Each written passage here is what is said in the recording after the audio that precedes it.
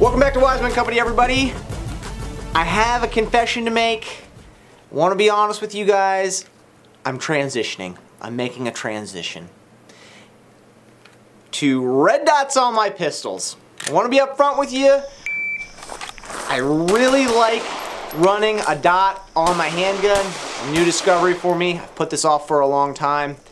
Helping me with that transition is the Dueck Defense RBU, or red dot backup, which kind of makes sense. It should be RDBU, but whatever. So this has been a product that I've had my eye on for a long time. I've been putting it off and putting it off.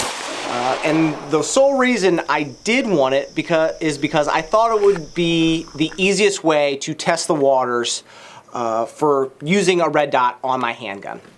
It's not super expensive. These are around $130. There's no gunsmithing required, no cutting of your slide.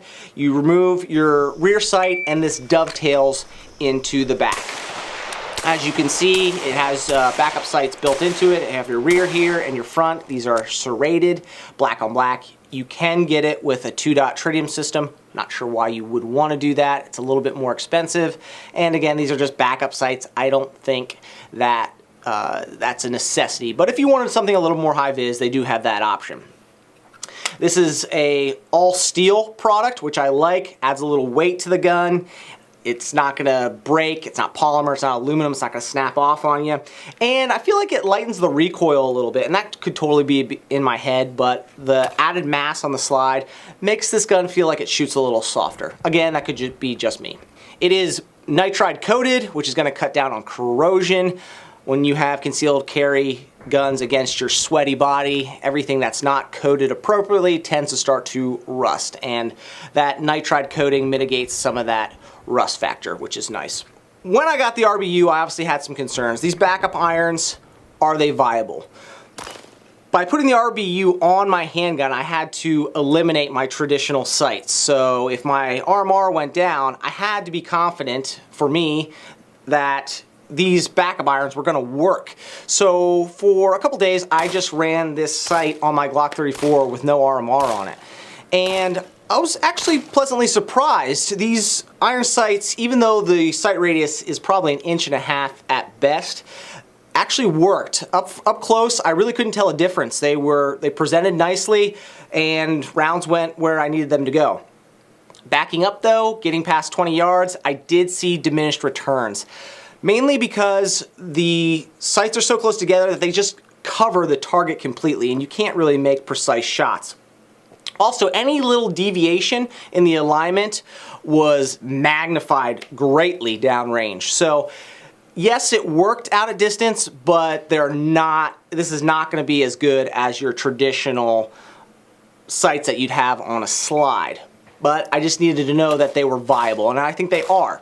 So after I ran it on my Glock 34 for a little while, took it off that, stuck it on this Gen 2 Glock 19 that I had just lying around, wanted to breathe some new life into it, and I stuck it on here with an RM07. I like this dot. It has adjustability in the brightness. This is one of the more popular RMRs out there for handguns. Another video on this for another time. So, started shooting this, really liked it. The dot came natural to me. I didn't find myself hunting for it, searching for it, as a lot of people say when they bring it up to their eyes. I just kind of kept my eyes on the target downrange, made sure I had a good grip and presentation, and that dot was right where I needed it to be. So, my transition thus far has been pretty pleasant. I like it. And especially at distance, I've noticed that my accuracy has improved greatly. I mean, immensely. And that makes sense. You hear that from a lot of people. You hear that red dots are slower up close, and then as you get back, you start to really see the reward in accuracy. But I haven't seen any diminished speed up close, and I've only seen improved accuracy moving backwards. So I really, really like it thus far. Some of you might have a concern with the sight over bore here. You are having a mounted optic a little bit higher than you normally would if you had an RMR cut into your slide.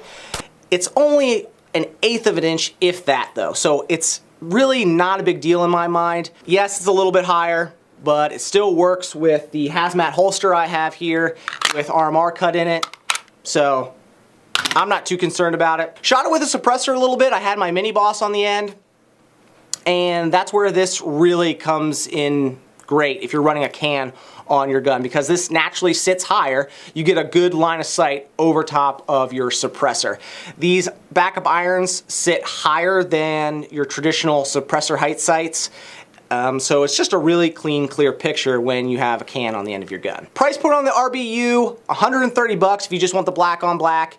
If you want to do that 2-dot tritium setup, it's 150 bucks. Again, I don't know if the juice is worth the squeeze there. That's up to you guys. Final thoughts, guys. This was a great way for me to dip my toes in the water. This was just an inexpensive way to see if the red dot was gonna work for me.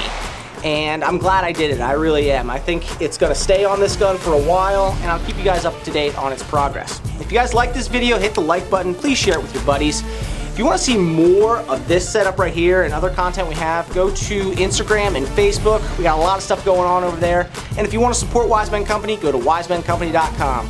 Tons of products on our website. I think you can find something you like over there. Thanks for watching, see you on the next one.